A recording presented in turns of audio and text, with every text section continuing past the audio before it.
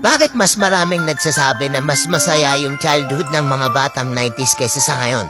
Bakit mas maraming nagsasabi na yung mga batang 90s mas swerte sila kasi mas masaya yung mga naging childhood experiences nila? Simple lang. Mga batang 90s pakinggan nito. Lapit ka konti. Nung panahon natin hindi pa uso cellphone. Hindi pa uso yung puro Mobile Legend. Naglalaro ka sa cellphone, manonood ka sa cellphone. Lahat ng laro natin nung bata tayo puro physical. Naalala mo pa ba yung lalabas ka sa hapon para lang makipaglaro sa mga kaibigan mo? Yung tipong nababadtrip ka na kasi nabuburot ka na sa laro. Pero tuloy ka pa rin kasi masaya ka makipaglaro sa kanila. Yung tipong lalabas ka ng alas 3 ng hapon hanggang alas 6 hindi ka na pwede magpagabi kasi mapapalo ka. Pero yung maiksing oras na yun para makapaglaro ka, pakiramdam mo ang haba-haba na. Naalala mo pa ba? Pagdali mo sa eskwela madaling-madali ka kasi may papanoorin ka pa.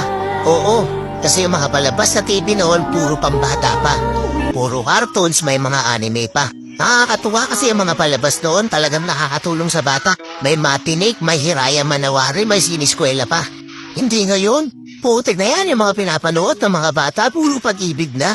Puro drama. Diba? Mapapang umaga ka man o panghapon ka man sa klase, makakapanood ka. Naaalala mo pa ba? Yung nagtutulog-tulugan ka sa hapon sa mama mo para lang makaiwas ka sa palo niya. O teka, naririnig mo ba yun? Oo, paulan na. Gigising ka ng madaling araw, nag-aabang ka ng balita. Then umuulan na, sana walang pasok. Yung tipong kahit hindi pa nag-a-announce sa balita, pag lumakas yung ulan ng ganyan, anak, huwag ka nang pumasok. Manood ka na lang sa TV ha. Maikipagtampisaw ka sa ulan kasama ibang mga bata. Nakakamiss yung mga panahong wala ka pang pinoproblema. Nakakamiss yung mga panahong wala ka pang responsibilidad at obligasyon. Nakakamiss yung mga panahon nung ikaw ay bata pa. Pero napapansin ko, bakit hindi ko na nakikita yung mga ganong klaseng bata? Sa tuwing lumalabas ako, napapansin ko napakatahimik na ng iskinita. Hapon na, oras na ng paglalaro nila. Pero bakit ganon wala ng mga bata? Nasa na sila? Na-focus na sa kaka-cellphone, hindi na lumalabas ng bahay, mas minaigin alam nilang mag-cellphone at manood ng mga bagay na wala namang kakwenta-kwenta. Iba na talaga panahon ngayon, no? Kasi ngayon yung mga bata hindi na nila ini-enjoy yung pagkabata nila.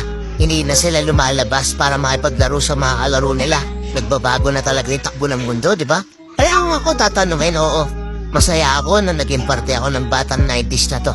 Kahit isa rin ako dun sa mga batang napapalo dahil sa sobrang kakulitan ko, hindi ko pinagsisihan yung mga memories ng mga panahong masaya pa akong nakikipaglaro sa mga kaibigan ko. At alam kong ganun din kayo. Mga batang 90s dyan, uy. Alam kong naandyan pa sa puso nyo yung inner child nyo. Tatanungin ko kayo, mas masaya nga ba talaga yung mga panahong hindi pa sikat yung teknolohiya sa mundo? Let's go.